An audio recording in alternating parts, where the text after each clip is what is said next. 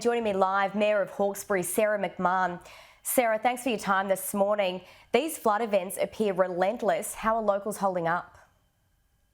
We really are anxious this morning because, as you rightly say, they just keep happening. So this is the 8th flood event in just over 4 years. And as a community, we are highly distressed, highly anxious, and we still have no solution on the table in terms of mitigating the floods. And what are you calling for? What would you like to happen that could avoid this situation, do you think? Well, I'm an advocate, and so is our council, for the raising of the Warragamba Dam wall, but we know that's not going to happen under the current state government.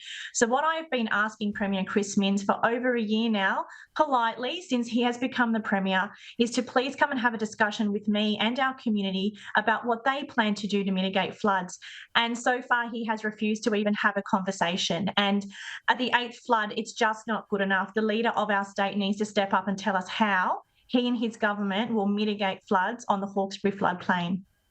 Well, just on that, the Premier has committed to lowering the maximum water level of Warragamba Dam to create a flood mitigation zone. So where is that up to, do you think?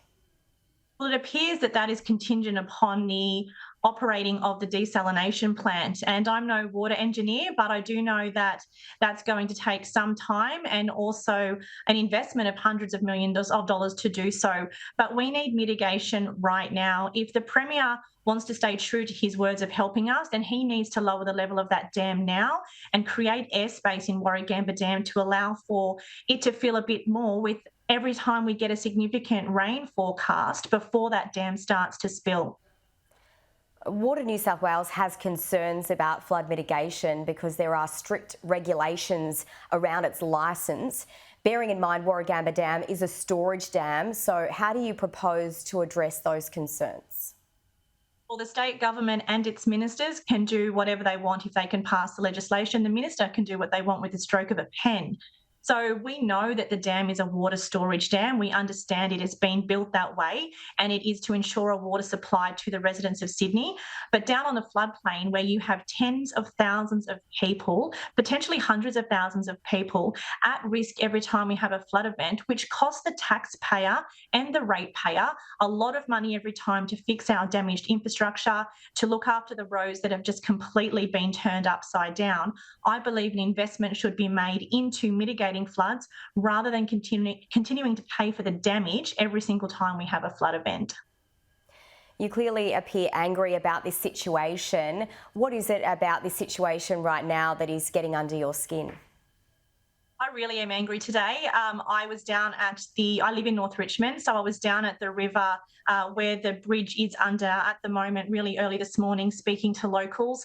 Locals are frustrated. It's a huge inconvenience to their work. They lose money out of this. It's a huge inconvenience to getting kids to and from school. The emotional impacts, as well as the economic impacts on our community, are significant. And we really do feel that we have been abandoned. So 8 floods in, and the potential for one more day of rain in another couple of weeks, and we could be in this same situation where the state government are the decision makers in mitigating floods and they will not step up and help us. It's just not acceptable anymore, and our community is rightly angry. And what are you hoping from the flood mitigation plan? What are you hoping that will do to prevent situations like this? I mean, you can't stop the rain. So how are you hoping that this mitigation plan will help? Well, that's right. We can't stop the rain. And we are all realists when we live here in the Hawkesbury. We have had, obviously the Indigenous community beforehand, but from colonial times, Windsor has been settled since 1794. So you have a whole community of buildings and farmland here that have been here for hundreds of years. So for people to say just don't build in a floodplain, that doesn't cut it anymore, because otherwise you'd be destroying the entire social fabric of our whole community. So what we need is something to happen now to make that less. And as I said previously, I was and am an advocate for the raising of the Warragamba Dam wall, where independent reports completed by Infrastructure New South Wales based on the 2021 and the 2022 floods showed that had that wall been raised by 14 metres, floods in Windsor would have been 3 to 4 metres less. Now, that is huge independent data that I don't know how any state government can ignore that. And like I said, I understand that they don't want to raise the dam wall here but you've got data in front of you that shows there's a mitigation measure that will lower the risk or the height of floods in Windsor and across our floodplain. That allows other bridges to remain open. That allows the feeder roads to remain not cut off for the community. I don't know how you can ignore that, sit back, do nothing, and not speak to us about what you want to do to mitigate floods when there are clear options on the table that can help us. And Sarah, you have been talking to locals over recent months particularly, and do some of those locals feel like they're trapped and they're in this situation where they can't move, so they do continually have to face this problem that seems relentless?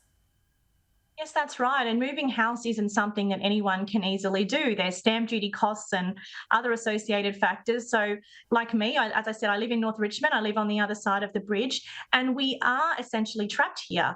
Once Windsor Bridge goes, and it's the only bridge currently open, but one of the feeder roads has gone already this morning, and the other one may go. We are trapped here. We can go up Bell's Line of Road and around the Blue Mountains and down the Great Western Highway, but that takes hours upon hours, and the traffic jam is just extraordinary. So we really do become an isolated community of tens of thousands of people on this side. And as I said, it has not just emotional impacts, but huge economic impacts. I had a lady message me this morning saying that she was a care worker and couldn't get to her the person she needed to assist in Glossodia because she was scared she couldn't then get home this afternoon to look after her kids. So that's just one example of the real example that people are suffering here in our community, trying to make decisions to make money. And in her circumstances, if she lost that money just from today, that would have a huge impact on her weekly budget. I have a farmer who in the April flood event lost $100,000 worth of corn and pumpkin crops. They've gone under again. The impact to their family in trying to put food on the table is extraordinary. And I preface all that by saying, I know we live on a floodplain. We understand that. But when there are mitigation options available and this government decides to bury its head in the sand and not talk to us, we just can't cop that anymore, and they need to step up and help. It is very sad for the people that are caught up in this. But Sarah, I just want to ask you about the current situation in terms of the cleanup and the impact of this flooding.